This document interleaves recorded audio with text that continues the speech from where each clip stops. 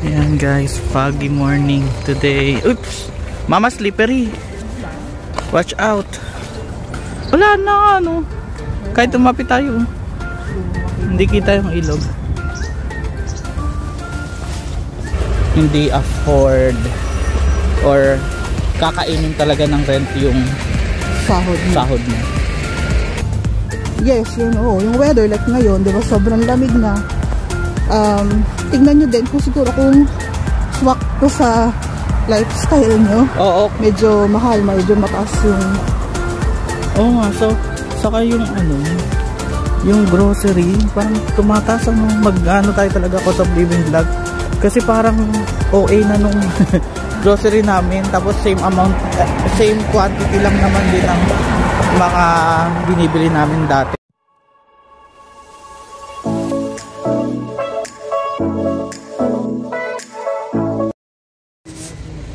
So hello guys, today is a foggy Monday.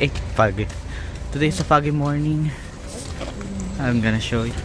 Ayan guys, foggy morning today. Oops! Mama, slippery. Watch out. Hatid namin si Penpen sa school. Full force kami ni Mama Hare for her exercise na rin. Di ba Mama?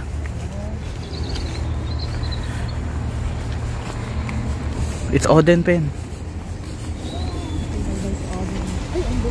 Madulas, ingat kayo. So guys, tignan nyo, zero visibility. Hindi makita. Hindi ba kita? Dapat sa harap. Madulas sa madulas sa sidewalk. So kaming tatlo ay nandito sa road, naglalakad. Ayan o. Ayan o, kita mo ha? Hindi masyado. Pero sa totoong buhay, siya, malabo. Madilim oh. Foggy. Pen, don't run ha. Running because Pen, say hi. Pen, can you say hi? I-trick ko. Tingnan. Pen, di ka dito, Pen. Ba't sahig naman yung kita? Sahig yung kita eh. So yun, kita-kits later. Pagkati namin kay Pen. So hello guys, nahatid na namin si Pen. Naglalakad na lang kami pa uwi. Si Mama Kare ay work from home today. Yay! So are you happy Mama? Ilang ano na lang Mama? Ilang weeks na lang. Paano na muna? Break from work. Pakita natin yung ma. Tingnan mo oh. Kita kayo sa video. Ayan oh. River po yan guys. Hindi mo makikita ang river. Grabe. Tal. Saka ang lamig ngayon. Negative 2 na. Negative 2 today. Kanina umalis ay negative 1. Guantes. Grabe yung kamay ko. Pero kaya pa naman. Yeah. Tingnan mo bakit ang river.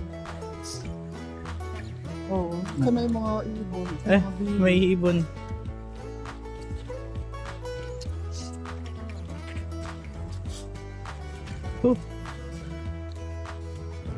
Ayan, wala. Walang makita. Zero visibility nga talaga. Wala na kahit tumapit tayo, hindi kita yung ilog. So yun guys, wala kaming guantes. Ay, si Mama meron. Wala. Meron ako. Hindi man wow. Kaya pa, lokal. So yun guys, medyo nakakapit si Mama kasi madulas yung daan. Mama, madulas yung daan kaya kapit kamay kami. Si Penpen naiyak kanina kasi gusto niya sumuwi sa mga friends niya, hindi namin siya pwedeng bitawan, baka madulas mauntog. Mama. Ay, grabe yung likod natin So yun, tayo, kwentuhan time lang. Parang nawiwili tong gantong natin, setup natin Pero mas okay din kasi siya may lugar kaysa lagi lang tayong sit down vlog. Mama? So yun, may mga realization lang kami sa pagtira dito sa Ireland na pwede nyong i-consider before moving here. Di ba, Mama? So, ano nga ba yun, Mama? Alin? Talaga? Oo. Hindi, ayun lang. I think, ano lang, yung few things lang to consider, or carefully talaga kailangan i-consider before deciding kung Ireland is the place for you. Oo. So, tingin ko yung unang, sa akin ang una-una, yung health condition, health condition mo or ng family mo. Like, kasi that's something na hindi natin control. Yeah. Out of our control. So, yun, kailangan natin pag-isipan, lalo kung meron kayong may something kayo or yung family mo. Kasi as you know nga dito nga sa Ireland, similar lang din naman with other countries, di ba, na hindi ganoon ka-efficient yung healthcare nila dito. Though, generally, okay naman.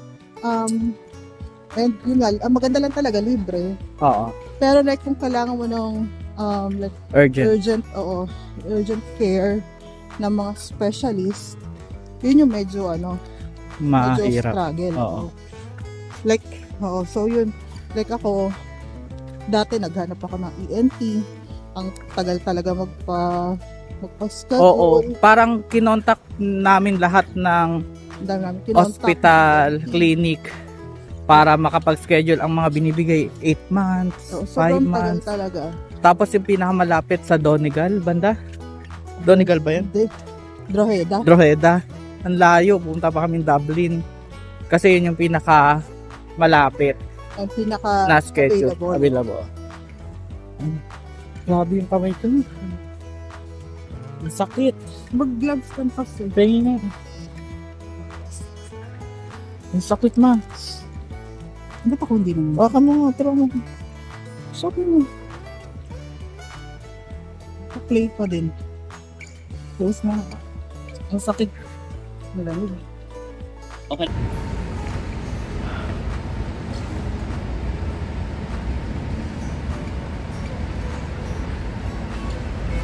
Umaki na yung thumb ko.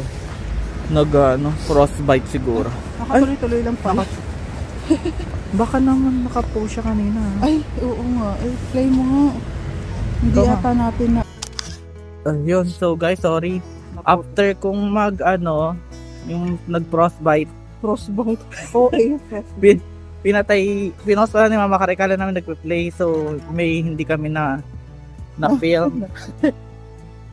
So yun, ano nga ba yun, Mama?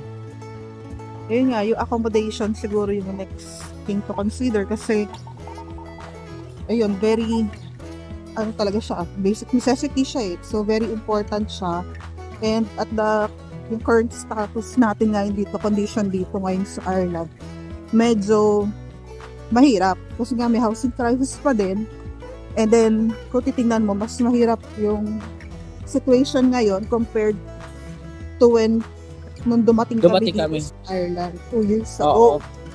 So, kumunti yung supply. So, obviously, tumaas yung presyo. So, I think yun nga.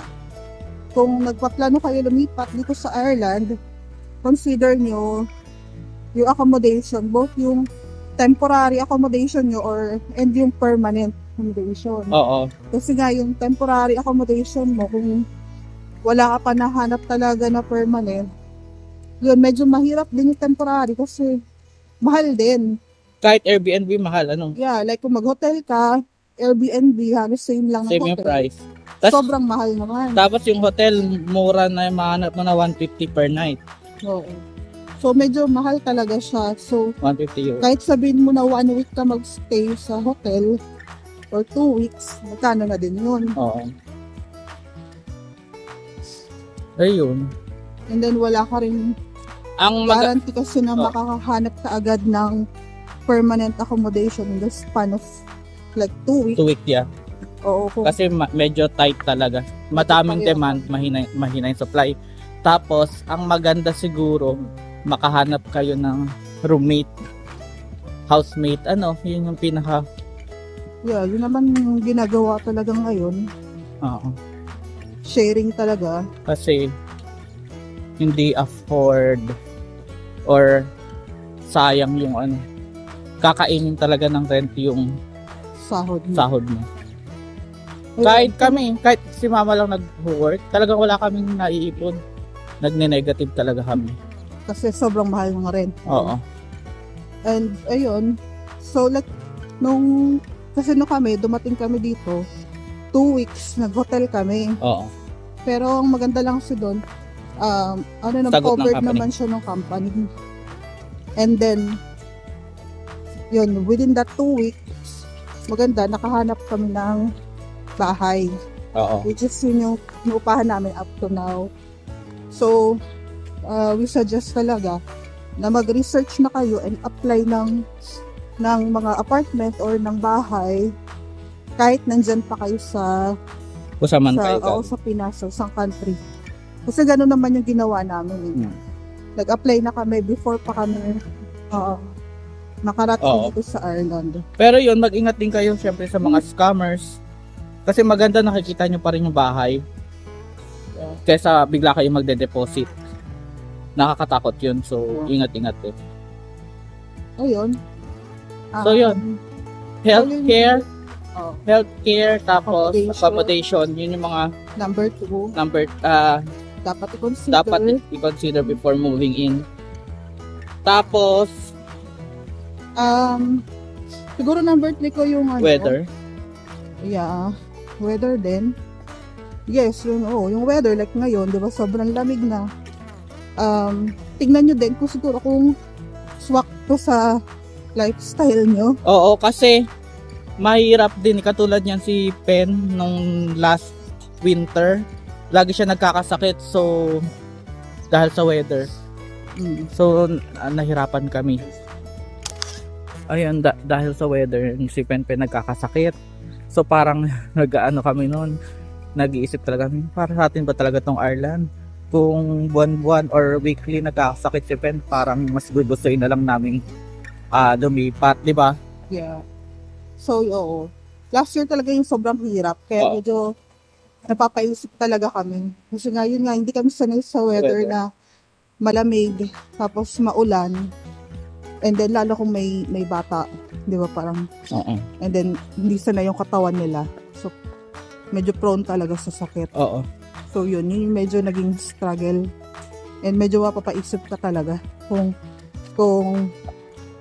okay ba sa'yo yung gantong buhay. Yeah. Yung gantong weather. Ayun. And then, siguro yung number 4, yung cost of living din. Medyo in relation naman siya sa housing price. Pero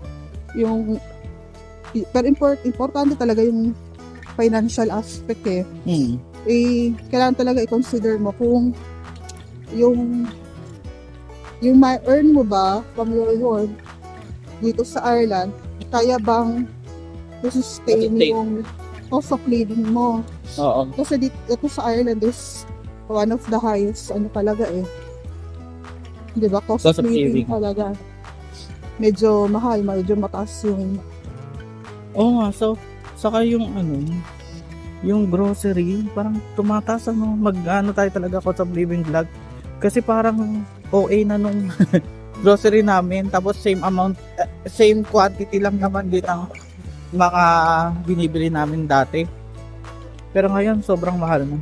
Oo, compared to previous year, tumaas yung namin, nagagastos namin weekly sa grocery, like, nag-average na lang kami talaga ngayon ng 110? Oo, 100. Which is medyo unusual siya dati. Dati nakaka-50 yun. Oo, diba? 75. Oo, ngayon 100 talaga.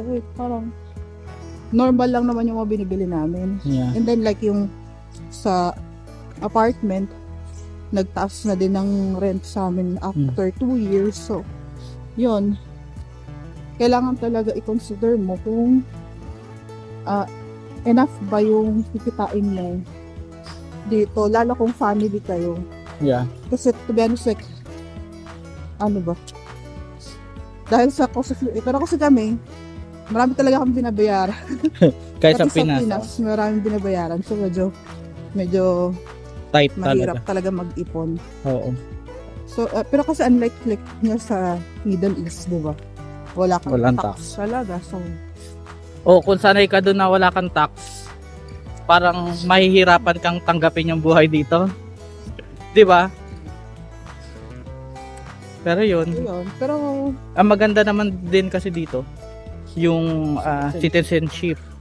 Ang passport ng Irish ay nasa top 5 strongest passport. 'Di ba? yun.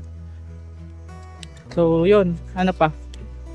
Yun lang naman naisip natin, no? Then, yung Meron pa? last Item. item siguro to consider, yun nga, yung,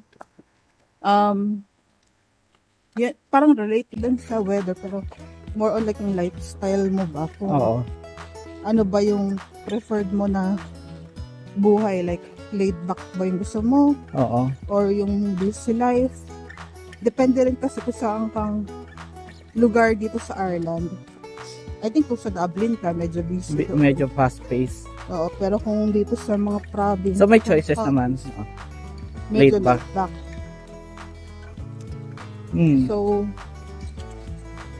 ayun, consider mo lang din, like, kung